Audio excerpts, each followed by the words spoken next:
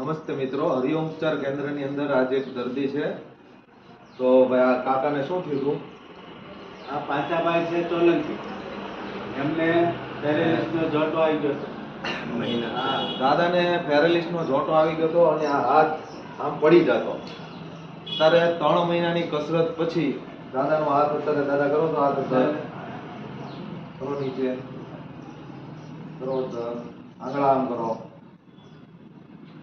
3 મહિનાની કસરતમાં દાદાનો હાથ અત્યારે આટલી બોટલ ઉપાડી શકે છે. બોટલ પકડી કરો નીચે.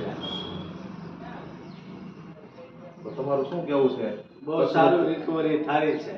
સાહેબની કામગીરી સારી છે.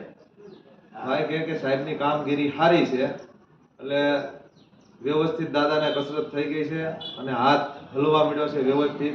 જે ઊંચો ન થતો એ અત્યારે ગમે એ વસ્તુ પકડી શકે છે. હરિઓમ.